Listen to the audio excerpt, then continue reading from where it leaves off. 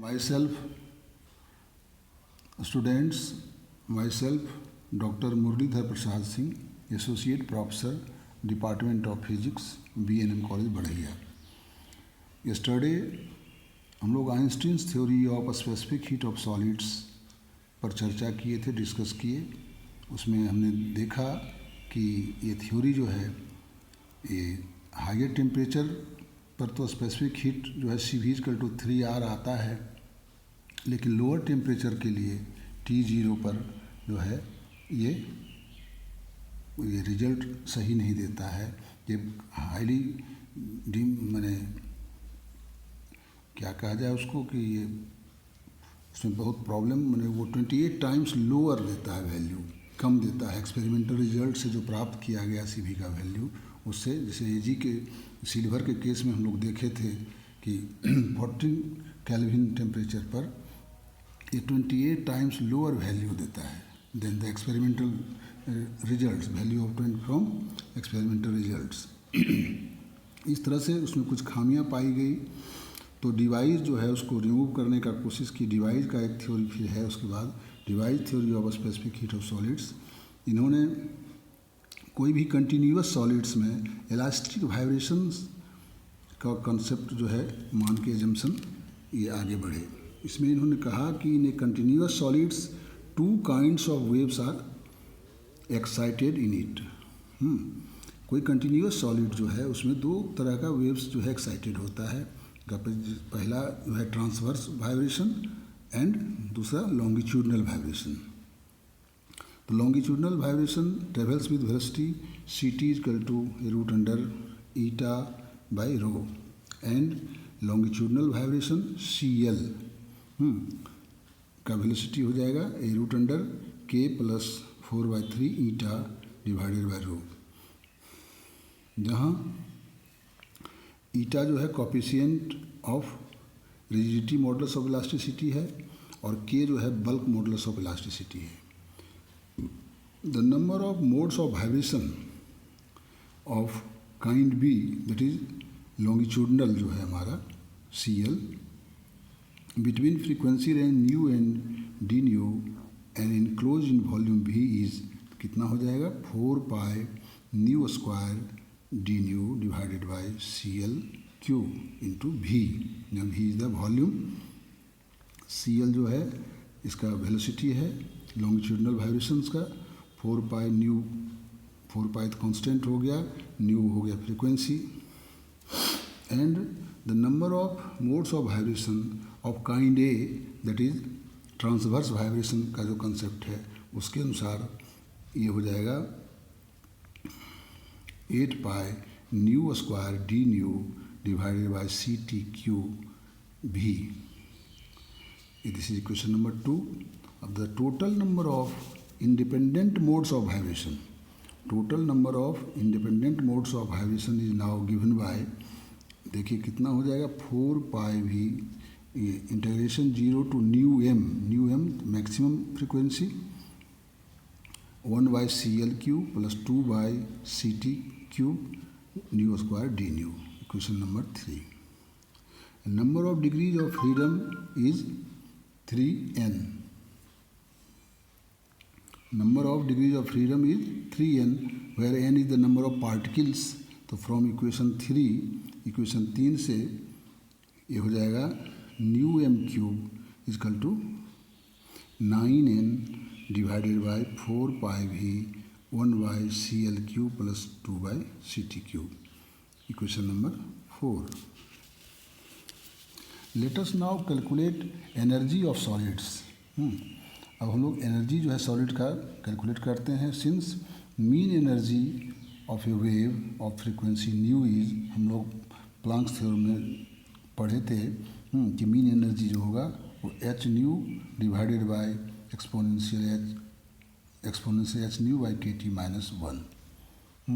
तो we have U = energy जो हो जाएगा कितना हो जाएगा 4πV 1/CT³ plus 2/CT³ integration 0 to μm h nu to the power 3 d³ divided by exponential h nu by KT-1, and this is equation number 5.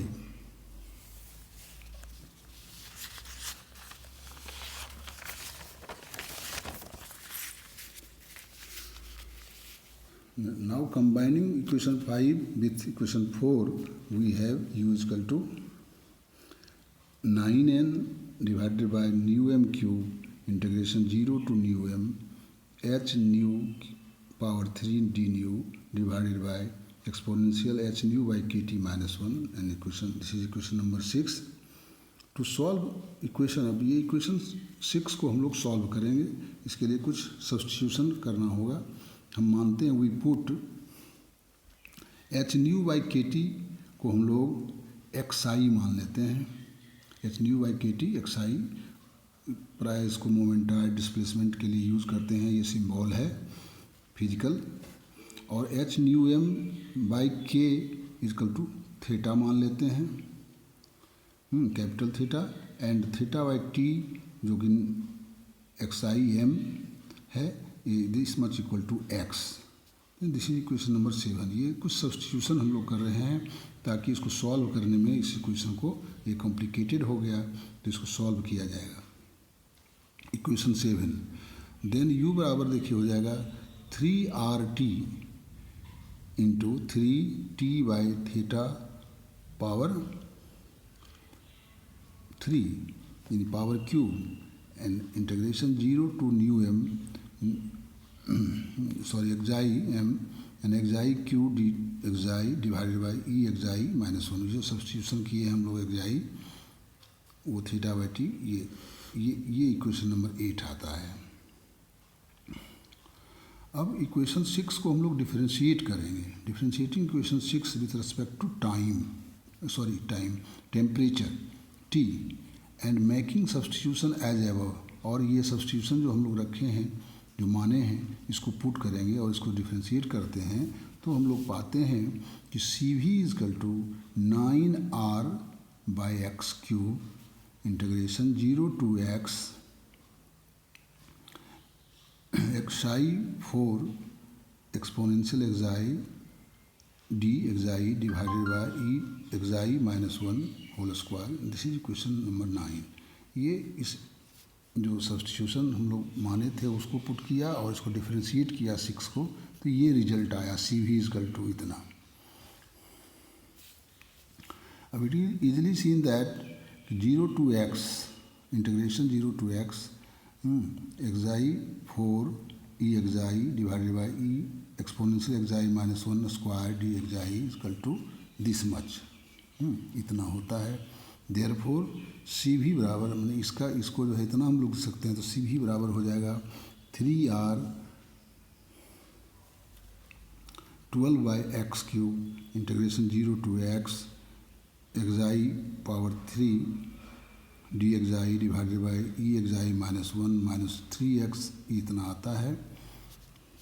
सी भी is equal to 3r और ये term जो है इन ब्रैकेट, बिग ब्रैकेट जो है capital bracket में.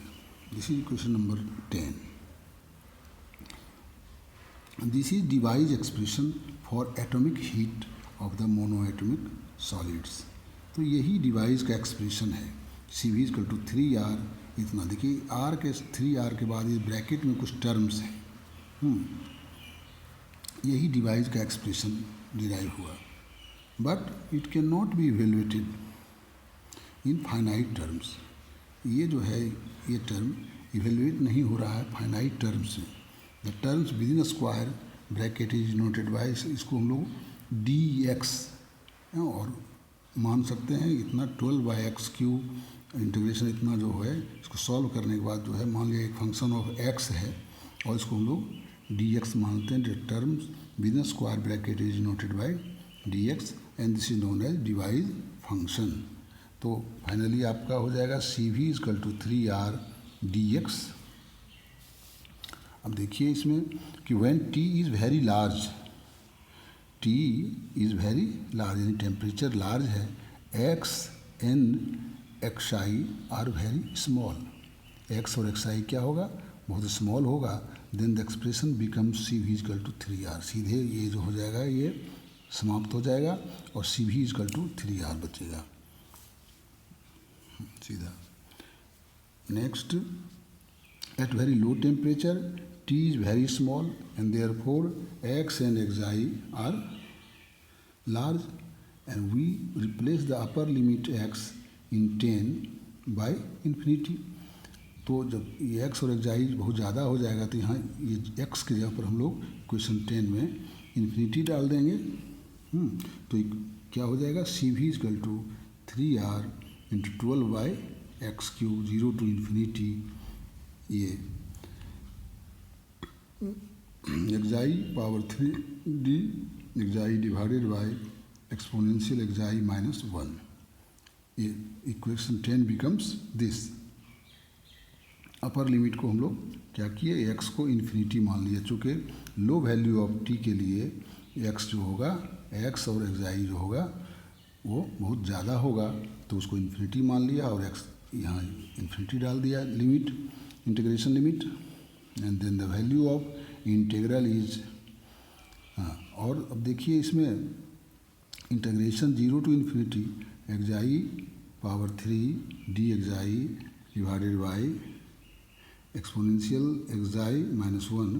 Experimentally ये पाया गया है कि इस इंटीग्रल का वैल्यू जब कैलकुलेट किया गया तो वो पाई पर पावर 4 डिवाइडेड बाई 15 ये कांस्टेंट वैल्यू है जो कि इंटीग्रल का वैल्यू पाया गया। हेंस कितना हो जाएगा ये equation, C V equal to 3r 12 pi power 4 15 यहाँ रख दिया, T theta whole to the power, चूँकि x बराबर जो है थीटा बाई टी हम लोग माने थे, थीटा बाई टी पावर 3, और दिस मच इसको कैलकुलेट करने पर देखिए 77.94 into 3r T to divided by theta whole to the power 3। This is question number 11। अब इसमें थीटा जो है कोई भी सब्सटेंस के लिए कांस्टेंट होता है, थीटा का वैल्यू किसी भी सब्सटेंस के लिए कांस्टेंट होता है, ये सब कांस्टेंट ही है, तो केवल टी इसमें बचा, और इसीलिए इसको डिवाइड टी क्यू लॉ कहा जाता है कि टी पर पावर 3 है ना, इसलिए। तो since theta is constant for a substance in the specific heat at extremely low temperature, इसलिए कहता है the specific heat at extremely low temperature varies as T to the power cube, this is known as divide T cube law. इसको हम लोग divide T cube law भी कहते हैं, कभी कभी एग्जाम में पूछता है कि डिवाइड टी क्यू लॉ, तो आपको वहाँ शुरू से यहाँ तक डिड्यूस करके दिखाना होगा। तो इस तरह से डिवाइड लॉ हम लोग देख लिया कि at low temperature, extremely low temperature, specific heat is varies as T to the power 3 यानी T cube, so this is known as divide T cube law. Thank you.